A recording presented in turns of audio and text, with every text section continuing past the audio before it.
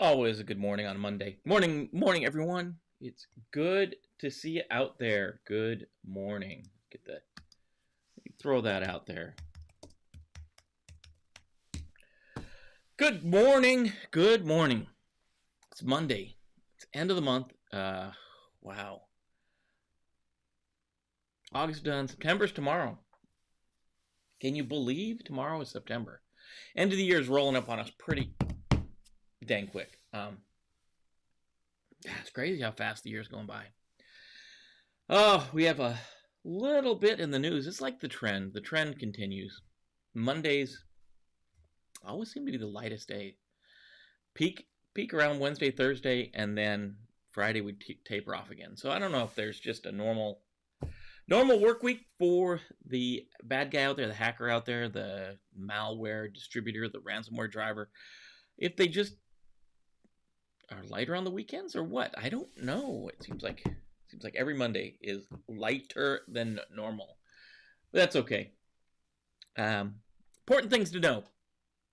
Thursday and Friday this week, and Monday, Tuesday, Wednesday of next week, we'll not have a live show. We'll be on break for a week. So Wednesday will be our last live show this week, and we'll pick back up Thursday next week. So it'll be a little bit of a hiatus or a break. So we'll expect to come back after that and get everybody back on board, back to going. Over the break, we'll be talking. Alex and I will be talking with the folks that are working on the advanced RMF class, RMF 2.0 Advanced Practitioner course. I don't think we've got a name nailed down for it yet, but it's going to be the one that takes you from the initial steps of the RMF, kind of the basics, into the advanced stuff, implementation of controls, assessment of controls, the nitty-gritty of the next level of getting you through the RMF, being an RMF master of your universe, I guess. So that's what's coming up. Glad you guys are here Monday. You got a full week ahead of you. What are you going to do? What are you going to make happen this week? What are you going to make happen? What's on your chart? What's the big goal for the week? Do you have anything you can share with us? Big goals for the week. Myself, I got, as always, audit. Got an audit we're going through. Going to clean things up, make sure we're ready to go for that. That's what happens when you're in a highly regulated business. You just get audited all the time. So, we do have some news. Ransomware is the story of the day today. Koreans are out there too, but ransomware is the big topic this morning. So let's get the intro rolling, and then we'll be back with the news.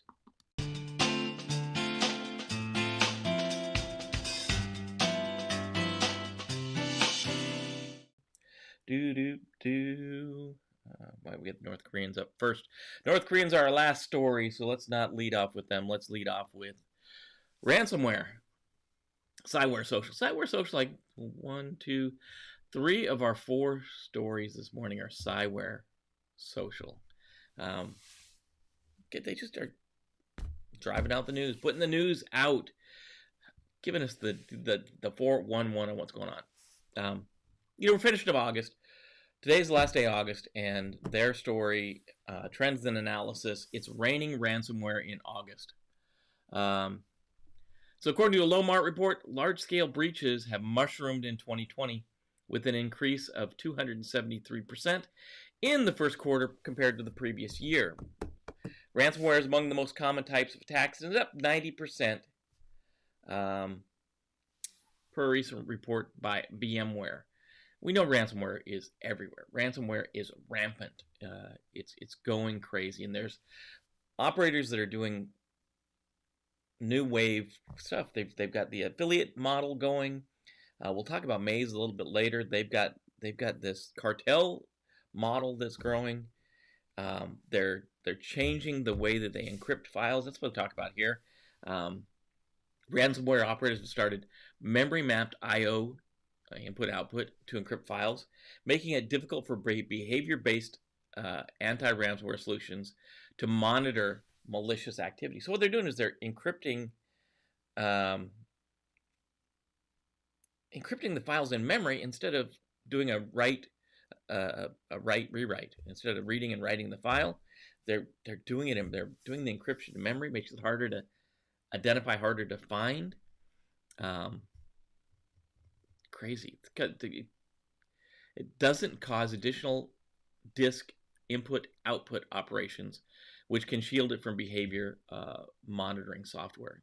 Researchers have also identified a new element in REvil campaigns where they scan the compromised networks for point of sale machines to make money from payment information. So they're branching out, they're learning new things, they're learning new tricks. They're like, if I'm already on the network, I'm already here pulling files off, I'm already on here encrypting files. If these guys got points of sale machines, why don't I just infect those too? So we're talking about there's just the number of attacks that are going on. Just it lists some of the places. SH Hinks, a company that is a RAM and flash supplier, they got hit by Maze ransomware. Snapfulfill is a warehouse management software. They were targeted. It's just a list of Carnival Cruise Lines, 4C Power, even, come on guys, even Brown-Forman. If you don't know Brown-Forman, you know the product they make. They make Jack Daniels. They lost a terabyte of corporate data to REvil. Man.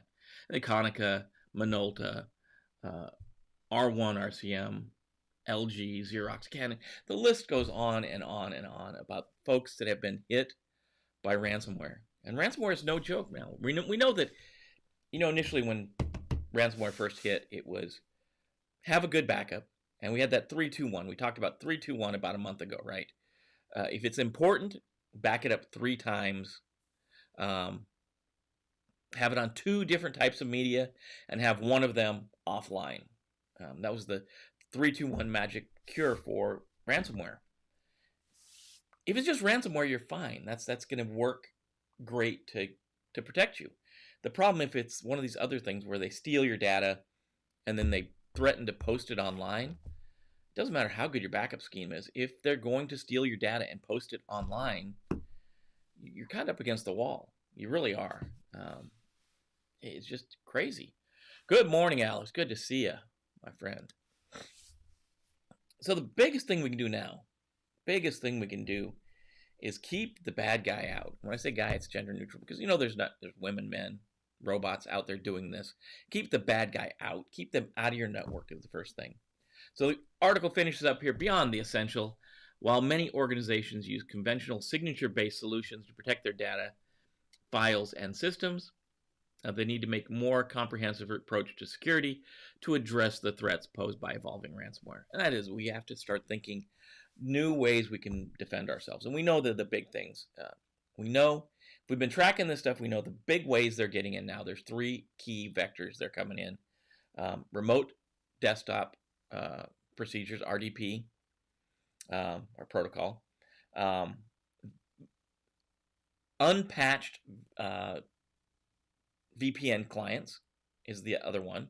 And the third one is just training your users. And we have to train our users because we put all the other protections in place. And if we have an end user that clicks a link and blows past your security, all bets are off, man. So those are the 3 things. But we still need to think about our traditional security. Like patch management has to be right on the top of your list. Defense in depth, diversity of defense. We have those rings of protection. And now we need to start thinking about a zero trust environment where every system is looked at and we say, what is the minimum amount of rights this machine needs to do its job? And I know it's hard to do, and most organizations think about doing this. They want to do this. They may even say they're doing it, but we build systems that have services that are running that shouldn't be running. They have access that are available to people that shouldn't have access to them. And maybe we haven't done network segmentation.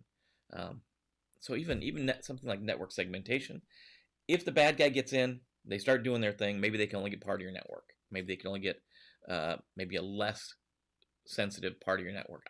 We got to think about these things. And just think, it's like when I told you guys, I talked about the asymmetric warfare group. It's just doing the basics so well that they just happen without a hitch. And I think one of those basics is just patch management. And if you've been around, I'm going to say, you got to know what you've got on your network. So you've got to know your hardware and your software before you can do good patch management and vulnerability scanning. So you got to know what's out there. You got to know what systems you have to patch before you can actually go patch them. That's gonna take care of a lot of this. We know they're coming in through vulnerabilities in VPN clients. We know they're coming through remote RDP connections that are available to the internet. So RDP behind a VPN is how we've got to do it. We've got to patch our systems. We've got to train our end users. That's just all there is to it. That's going to get us at least through the first basic level of this stuff. It's not going anywhere. Ransomware is not going anywhere because they're making money. So they're going to keep going, and that's what you're going to see. That's the trend of the morning, is just talking about ransomware. You know, if there's a trend for this Monday, this is the trend. You know, and we see when we talk about ransomware organizations, right? There's a couple different models they're using now. One model is they're the lone ransomware operator. They're doing their own thing. They're on their own. They're just doing their own thing. The other model is they're building affiliate marketing models, where they make their software and their infrastructure available to people that want to sign on and go do ransomware attacks. And third, like these cats here, Maze, they're building a cartel. They're building an organization, an organized crime organization. So Maze has been out there for a while. We know they started building this cartel a few months ago. So now SunCrypt has joined the cartel. So now it's Maze, it's Lockbit, it's Ragnar Locker, and now it's SunCrypt, all together, working together. It's becoming huge. This is becoming a real to life. You know, if it wasn't before, we're seeing this trend. These guys are becoming more and more like a cartel. They're running a syndicate of ransomware actors. So, according to Cyber Social again, a new ransomware named SunCrypt has joined the Maze cartel, which others such as Lockbit, Ragnar Lock are already part of. In August 2020, SunCrypt operators disclosed they have joined Maze ransomware cartel and will be working with them on a revenue sharing model. So SunCrypt is using the Maze infrastructure to target its victims. Tells a little bit about SunCrypt. It's a ransomware distributed as a DLL file. It's a heavily obfuscated PowerShell script, so we know this is going after Windows boxes. Once you've been breached, you get a little, you get a hexadecimal hash applied to the end of each of your file, and you get your files are encrypted.html message in each folder, giving you information about go to this Tor site and make your payment. There's also a chat function. So when you get to the Tor site, there's chat there. Key takeaways from this article: SunCrypt uses a common IP address for malicious activities, suggesting that Maze is now either sharing their infrastructure with the cartel members or is opening up to a white label their technology. Moreover, according to SunCrypt's disclosure, they joined the cartel because Maze is unable to handle their field operation. This provides a clear indication that Maze operators are in a rapid phase of expansion, which may be a concerning factor for security teams around the globe. Obviously, that's concerning. If you're in security, how can that be anything but concerning? So they're saying the Maze folks just have so much work to do, they can't keep up with it. So they're opening up their infrastructure, they're opening up their services, they're opening up their system to these other cartel members to go out and do malicious stuff. They're already huge. They're already taking down swaths of organizations. But they're in rapid expansion. So ransomware is not going anywhere. So again, here's like dig my soapbox out, throw it on the ground, and I jump up on it and I say, if your risk people don't have ransomware on your list of risks, they need to be fired. I mean, that's cut and dry. That's how it is. If you don't have ransomware as a threat to your organization today, your risk people need to be fired. There is ransomware that comes in every shape and flavor now that's going after every different type of organization, from the large multinationals to small offices and medium-sized businesses. They're everywhere. They're going after everyone that they can get and they're looking for certain things. They're looking for financial data if they can get it. They want to get, if they can get some way to make money off of you, they're going to get it. If they can get trade secrets, they're going to get that. And we're going to see later that's one of the big ways that North Korea is doing stuff. They have to fund their regime, and they have to get information. So they're using these pathways, for lack of a better word, to get that infrastructure, to get those goals, Yeah, it's the parade of ransomware this morning. So Emotet's back too. TA542, that's the threat actor group. They're known for distributing Emotet. And they're just, this article is just saying, you know, the Emotet went away. We know why they went away. They went away because some of their code had been determined to be vulnerable. It had a buffer overflow in it. Some folks were exploiting that. So they went away. They fixed everything. They came back. These guys are saying, now this is threat intelligence from dark reading. They're saying surprisingly minimal changes to the tooling or the characteristics of Emotet as they've gone on. We know they've switched to QuickBot, replacing their old malware. Trix is the old malware. So now they've got QuickBot as their malware they're distributing when they distribute Emotet. Smaller changes were seen in the emails themselves, but researchers noted a significant volume of thread hacking and language localization. Really what they're doing is, as an organization, they're building their software to be smarter.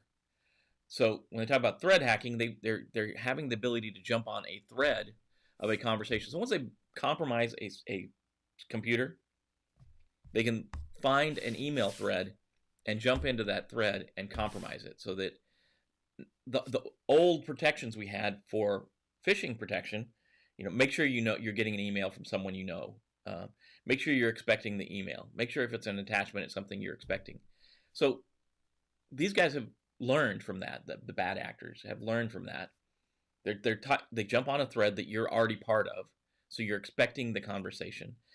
They've even went so far, and it's not in this article, but we know they went so far, is to pull files off of the compromised system and put in the email chain as malicious. That's why you're getting an actual file from the person you think you're talking to, when it's really Emotet. And then once you open it up, man, it's all over. So we have to watch for these. We have the biggest thing is keeping them out. You got to keep them out to start with. Obviously, these guys are using COVID-19 just like everyone else. The group continues to target a core set of regions, including Germany, Austria, Switzerland, the United States, United Kingdom, and Canada. Now researchers seeing attacks expanding to new geographies such as Indonesia, Philippines, Sweden, and India. Whether they iterate a change in their tactics or continue in the same manner, Emotet remains a dangerous threat. You guys are bad. These guys are bad. Maze is bad. Revel's bad. They're all bad. We got to keep them out. And we got to, as a community, figure out the best ways to keep them out. I think, you know, defense in depth, diversity of defense, zero trust model, training your users, patching your systems. These are all things that help get us there, and they're all the basics we should be doing.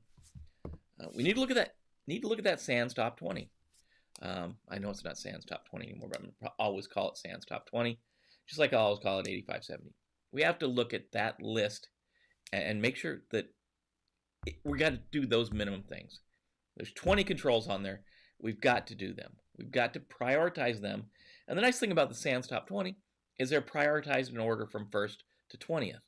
So the things we do that in that order are the, if we can't do anything else, and we know if you're an RMF person, you know NIST has a bunch of controls in 853, right?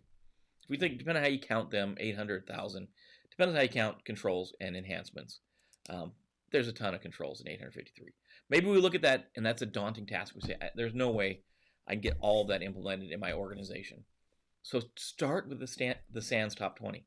Start with it, just like a CIS Top 20 now. You can still find it on SANS. Just do number one. Get number one started. Then do number two, and then work your way through it. It's in order of importance. The SANS Top 20 is in order of importance. Get the first one done. Then when you get the first one done, you say, wow, one down. And it's not going to be easy. If you're jumping into this, you've got a large organization, even a moderate-sized organization. And number one is catalog your hardware. Know your hardware. That's where you got to start. You got to know what hardware you're using, what hardware's on your network, what hardware's sitting on a shelf somewhere ready to be implemented, what hardware is sitting on a help desk somewhere getting ready to be deployed. You got to know what hardware's out there, what has been approved for your organization, and make sure someone's approving hardware and you're not just running to Best Buy or Staples and picking stuff up and throw it on your network. Never a good model. Supply chain management. So that's a long-winded talk about Emotet, but they're not going anywhere. The guys are not. They're not going anywhere. They're making money. So they're there. Speaking of making money, this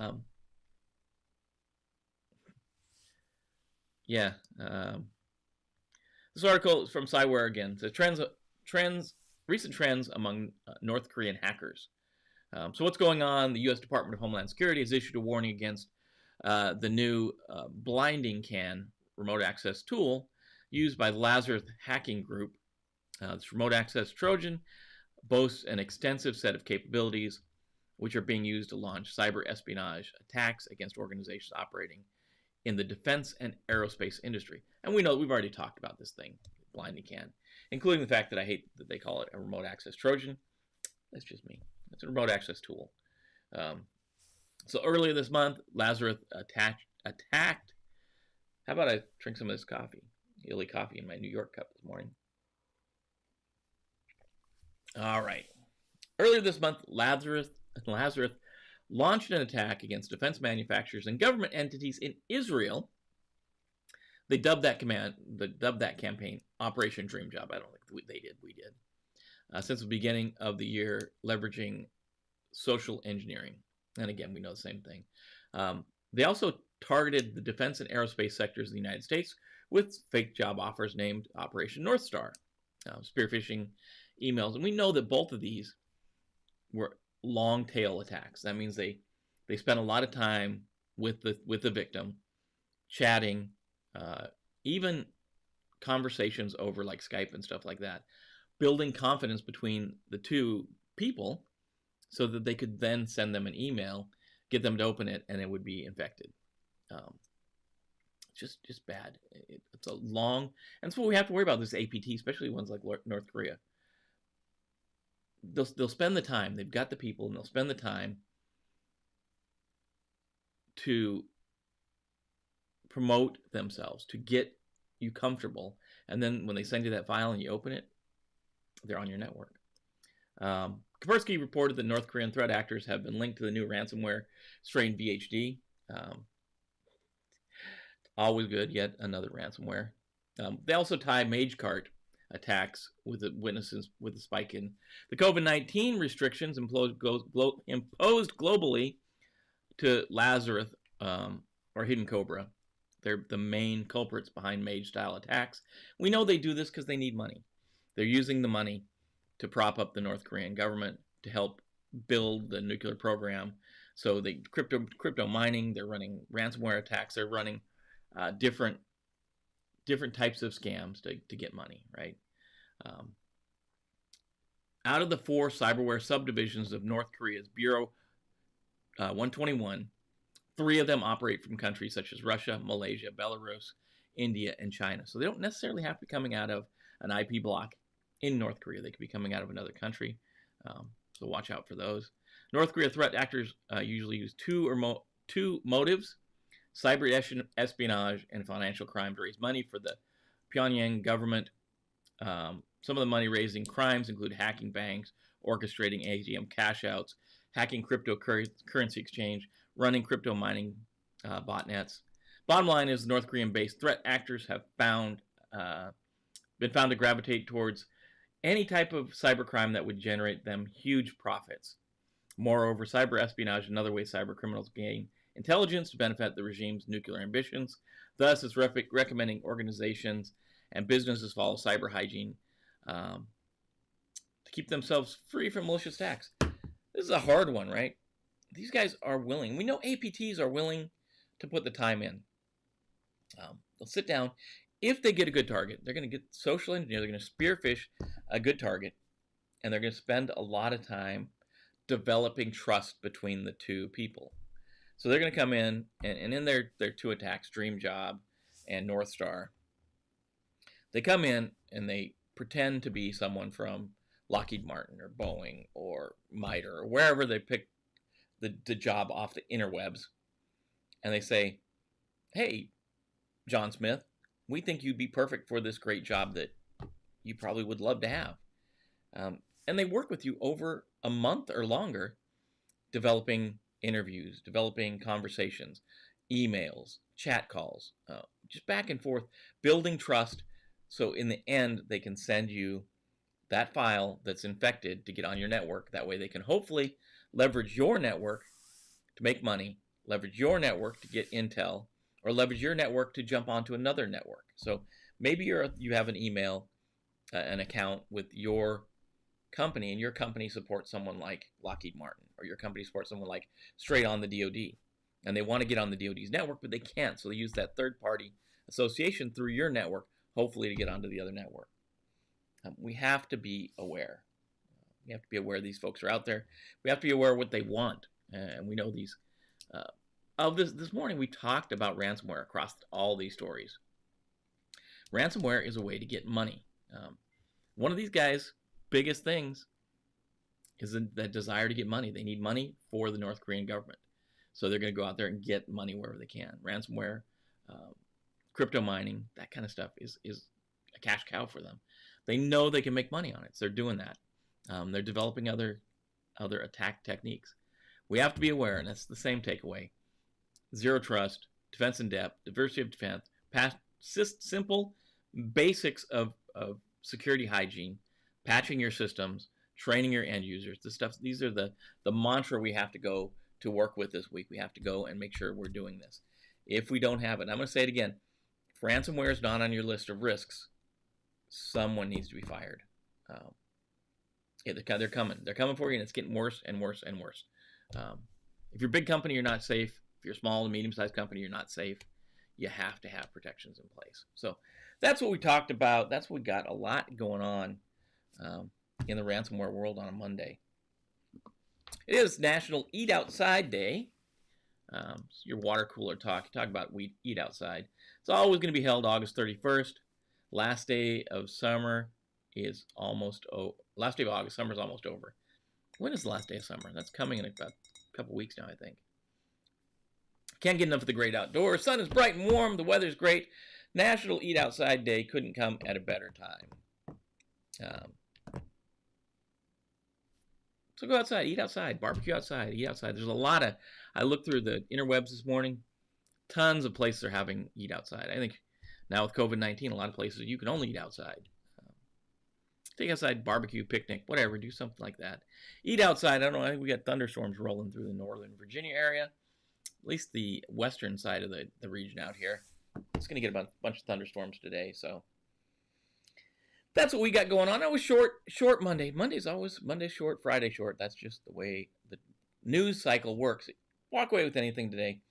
Walk away knowing you got to protect yourself from ransomware. And to protect yourself from ransomware, it's that long road of securing your network. It's a long road of making sure you've done the basics to get your network secure, train your end users, patching your systems, defense in depth, diversity of defense, zero trust. Start looking at zero trust. You're not going to get there overnight.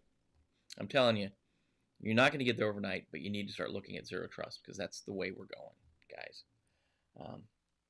So hopefully you got good things planned this week. Hopefully there's a lot of good stuff planned.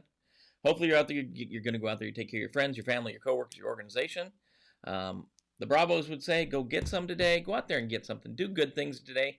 It's the start of a full week. Get your plans in order, and let's get these things going. I know there's a lot to go on. Got a short show today, so go out there. You got a little extra time that we usually are talking about stuff. There's Sierra Bravo. She's going to say, Go get some. I agree. Go get some. So go get some. Take care of each other. And we'll see you tomorrow, 7:30. Bright and early. So have a great one day.